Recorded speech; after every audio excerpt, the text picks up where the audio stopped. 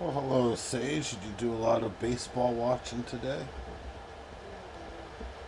Guessing you watched every game, didn't you?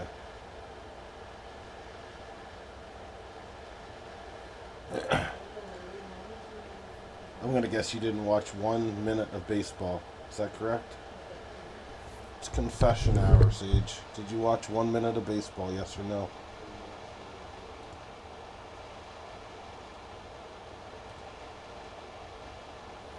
Seems you might be tied up with a little bit of run escape, is what I'm hearing. All right, let's get right into it. We've got all we're doing today is baseball. There's like nothing notable in any of the other sports except for Xavier Howard, cornerback of the Miami Dolphins, or formerly of the Dolphins, retiring after 9 seasons there. Let's start with baseball. So let's go. I don't know if today was as good a day as we thought. I did say that the Guardians and the Tigers was a bit of a toss-up. I went with the Tigers because I think they have the better team. However, the Guardians won 6-1. Offensively, they did put a couple home runs on the board. They had Valera hitting a home run, Rocchio hitting a home run, as well as Bo Naylor hitting a home run. So 3 home runs in total. Good for 6 runs there. Pitching, Tanner Bibby did do quite well. 1 earned run in 4 2/3, and then the bullpen shut the door the rest of the way. For Detroit, this Mize guy, who I don't know who the hell he is, 1 earned run in 3 innings pitched, and then the bullpen the rest of the way obviously was terrible. Melton let 4 runs, and Herder let a run, so Detroit's going to have to get better bullpen work, obviously, if they want to extend their season. Everyone went Cubs last night, and guess what happened? The San Diego Padres won. I just want to see Manny Machado obviously hit a big home run, 2 RBIs. So that's, obviously the big runs right there. I want to take a look at the pitching and see what Dylan Cease did. Dylan Cease only went 3 2/3 of an inning. He had 5 strikeouts, though. Only allowed 3 hits and 1 walk. Adrian Moron, who I picked up late in the season, went 2 1/3 scoreless innings. This Adrian Moron is pretty damn good. He picked up the win. Mason Miller picked up a big hold. He hit 104.5 miles per hour tonight.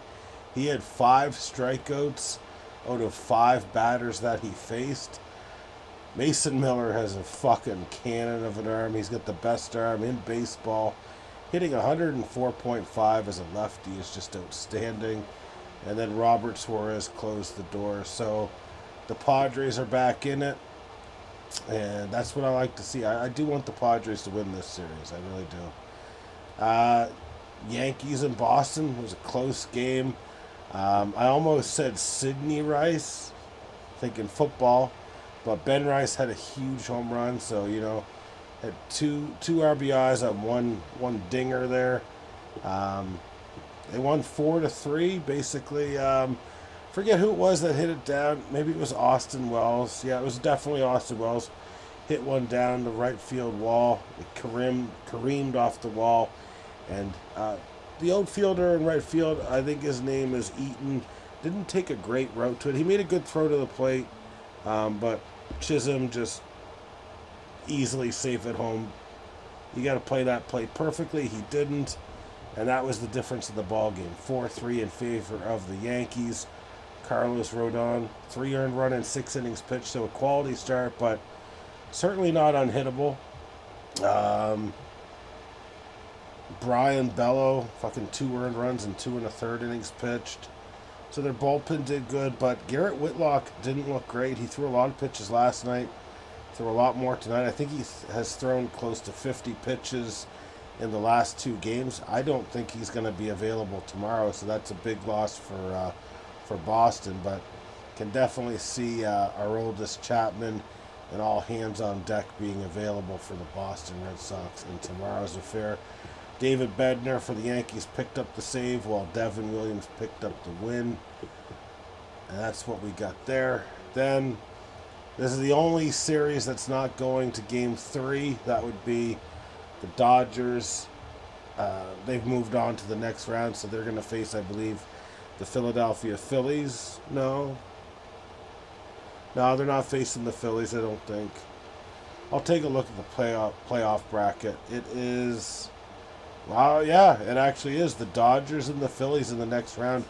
To me, that's got the potential to be the best round of the entire playoffs, because the Philly can hit, they can pitch, they got a bullpen. The Dodgers can hit, they can pitch. They don't have a great bullpen, but they do have arms from their starting rotation that can help out. Really looking forward to that series. Philly will have the home field advantage in the best of 5, so we'll see what happens there. It was 8-4. What happened today in the box score? Did fucking Teoscar Hernandez hit another home run? No. There was actually no home runs for the Dodgers. They just beat the shit out of them. 13 hits total. Fucking Mookie Betts had 4 hits, something he probably didn't do in the regular season. Kike Hernandez, 2 hits. Miguel Rojo, 2 hits. Their catcher backing up Will Smith, Roared Vet, had 2 hits. So they just put it together. And then closing the door for the bullpen was a lot of guys. Emmett Sheehan did shit. Emmett Sheehan was not very good. 2 earned runs in the third of an inning. My boy Yamamoto, no earned runs in 6 2/3. 2 runs, so that means an error is what scored 2 of those runs. And Sasaki was their closer tonight, but wasn't a closing situation. That's a guy the Jays almost got. That's the only reason why we ended up with Miles Straw, was because we were looking to get international cap space money to get him. It didn't work out, so we got another good top guy for the international signings, plus Miles Straw, who's helping us out. Let's take a look at the schedule for tomorrow and see who the fuck is pitching. See if we get any breakdowns on these pitchers. Just give me a fucking hot minute here. Why is this schedule? I don't want to buy tickets, man. I'm not looking to buy fucking tickets. I'm looking to see who the fuck is pitching tomorrow. Apparently schedule means buy fucking tickets. Okay. Are they fucking idiots? Guess I gotta go to Scores for tomorrow. Yeah, I actually have to go to Scores in order to see what the fuck is up. Alright, so pitching matchups for tomorrow. Apparently, okay. Tigers on the road against, or no, the Tigers will be on the road against the Guardians tomorrow. Jack Flaherty, who was great last year, not so great this year.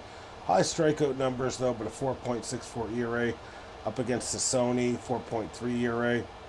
Flip a coin, I'm going with the Tigers. I think Flaherty will get the job done there. You got Yu Darvish, who was not great in the regular season. 5.38 ERA coming off that injury there. Up against Jamison Talon on the road. They're not on the road, though, are they? The Padres are at home. The Padres and the Tigers are both at home. So I'm going with the Padres in this one. I think they got the better bullpen. I like their team. Plus, I just like them more. I'm cheering for them, so that's who I'm going to go for here. You got the Yankees on the road against the Red Sox. Cam Schittler, 2.96 ERA up against a young left-handed phenom who made 4 great starts during the regular season for a 2.33 ERA. Kind of reminds me a bit of the Blue Jays' Trey Savage a little bit in terms of a young guy coming in late, now having to play a big game in big situations. I got to go with the Yankees and Cam Schittler. I really hope the Red Sox win. They are at home. It's possible we'll have 3 home victories tomorrow, but it's possible we won't. So that's all there is to that. Trying to think what else. We had a slew. I believe that's all we're going to do for baseball. I'm keeping this stream short. I'm tired as fuck. I was up early. Let's just go to the second best league in the world, OJ's Juicery. We had a ton of moves that took place last night, including, I believe, 2 trades may have been made. I can't remember at this hour. But let me just start where the moves... There was a lot of moves. Jesus Christ. Wow. So yesterday, it appears we had 25 players changing direction in some way, shape, or form. So first of all, we had a trade. I had to trade 2 stud secondary guys away. I traded Drew Phillips and Cam Curl. So that's cornerback and safety, for those of you who are unaware, for J.K. Dobbins and Teron Johnson. I proceeded to waive Teron Johnson as I don't need him. And I proceeded to trade away more of my secondary. I traded away Tyson Campbell.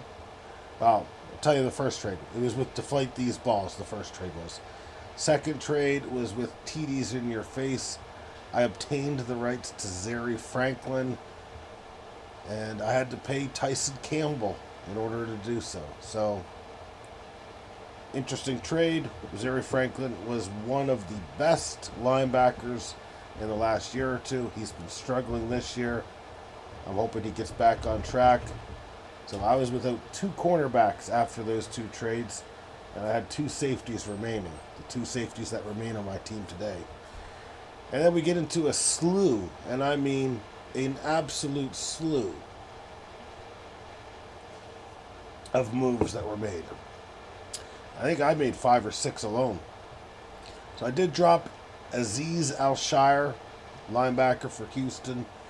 You've got Deflate These Balls dropping Will Harris, safety / cornerback, who is on the IR. I suspect that means his season is over. You've got Tim Tebow's Bible Club adding Darius Slayton while dropping Malik Neighbors. Not a particularly bad play, if you ask me. He should start getting more targets now that Neighbors is out for the season.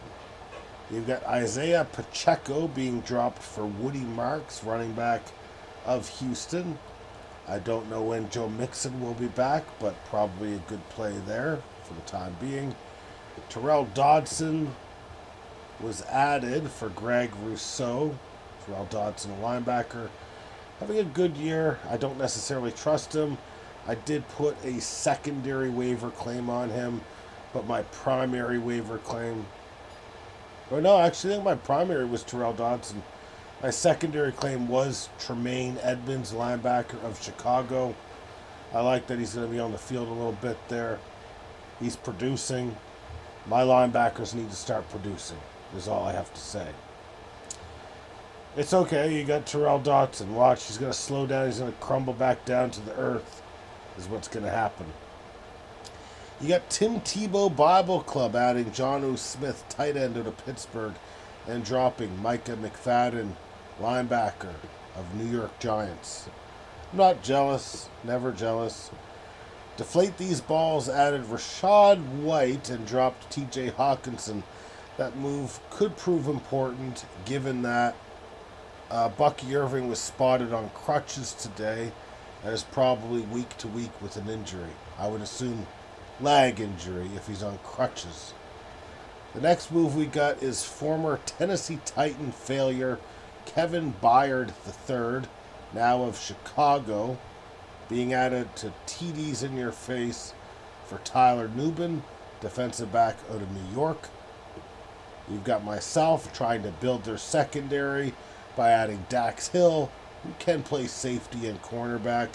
And you know that the Bengals are going to need him to make a lot of tackles, so that's why I added that motherfucker. I dropped Joey Sly after a 1-week experiment, hoping to solidify my kicking problem with Jason Myers of Seattle. We'll see how that pans. I did add a cornerback who's actually a good cornerback, not just a fantasy cornerback. Quinyon Mitchell of Philly. And I dropped Kyle Monaghan. When I wasn't getting DeAndre Swift back, it made sense to move on. To replace Micah Parsons this week, I did add George Karlaftis and dropped First-round draft pick Matthew Golden. He's a guy you should be interested in if you've got problems at wide receiver or flex position. He's got a lot of talent. The only problem is there's a lot of targets in Green Bay, and as of November, there's going to be a lot more targets when Reed and Watson return at some point. You got Patchwork Pigskins adding Malik Washington, wide receiver out of Miami, as well as Eric Wilson, linebacker out of Minnesota. Not a big fan of Eric Wilson in terms of fantasy league. He's a very good special teamer. I think his numbers will come back down to reality soon, which is why I did not add him. You've also got Patchwork Pigskins adding Joshua Carty, a kicker, and dropping Tyler Loop, the rookie out of Baltimore, who has a hell of a leg. Tim Tebow Bible Club also busy again trying to fix the shit that he's in. He added Ollie Gordon III, second, out of Miami for Austin Eckler. Not sure how much work he's going to get behind Arcane, but again, I don't really know much about Ollie Gordon II. Tim Tebow Bible Club also added Hunter Henry, tight end out of New England. I do not think Hunter Henry's production is sustainable in terms of fantasy. Being dropped was Wanya Thomas, safety out of Dallas. I said almost and finally. No, we've got a few more until and finally. Darius Massa being added to Tim Tebow Bible Club for Devon Diablo. As well, Shamari Connor, defensive back, being added for Jesse Bates for Tim Tebow Bible Club. Tim Tebow Bible Club, you can tell he's feeling it. You can tell that I'm feeling it. We definitely had the most moves made this week. Tommy Callahan's Auto Parts, always looking for a kicker as well as a muffler and maybe even an exhaust pipe. Added Spencer Schrader and dropped the great Chris Boswell. Most likely because Chris Boswell is on a bye. If you're looking to upgrade your kicker, maybe Boswell's worth a stash because he's one of the best in the game. And finally, Dallas Goedert, tight end, was added to Patchwork Pigskins for David Njoku. And Dallas Goedert is better than David Njoku. So I like that move a lot, especially with a quarterback that can't throw. They're typically going to hit their tight ends a lot. Sage will be very upset once Dallas Goedert is back and playing because that means less volume for A.J. Brown and Saquon Barkley, who he's looking to trade. But that's it. That's all we got. If you haven't hit that like button, hit the fucking like button. We'll see how everything goes tomorrow. If you want to make some baseball picks before we go, feel free to. But again, this was intended to be a very short stream. Gotta charge my phone, play some Balatro, and then get the fuck to bed. Fucking tired as shit. But we will break down 3 game 3s tomorrow, as well as shit. No. We can't go yet. We can't go yet. I gotta look at the matchup for tomorrow. We gotta preview the I guess the Rams and the Niners.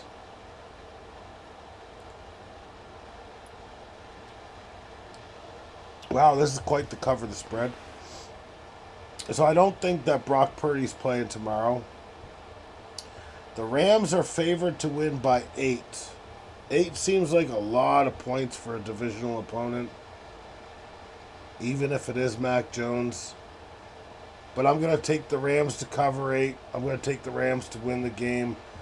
Don't put money on the Rams straight out because it's not worth anything.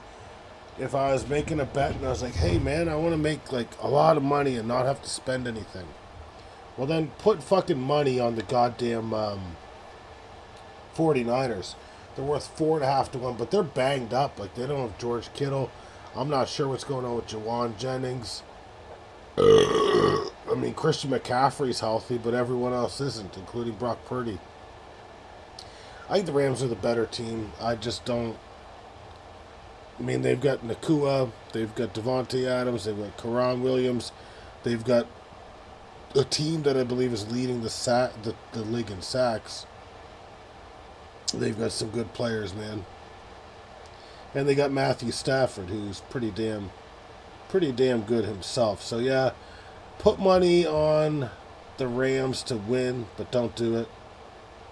But I think they'll cover that spread. That's a big spread for a division. They're at home though. Yeah, Rams are winning.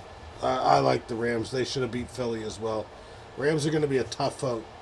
Wouldn't surprise me if they're the Super Bowl champs. They've got a fucking hell of a team. All right. That's it. I'm out of here. We'll be back at it tomorrow. Have a good night, everyone. And I will have more energy tomorrow as well. I'm just extremely tired.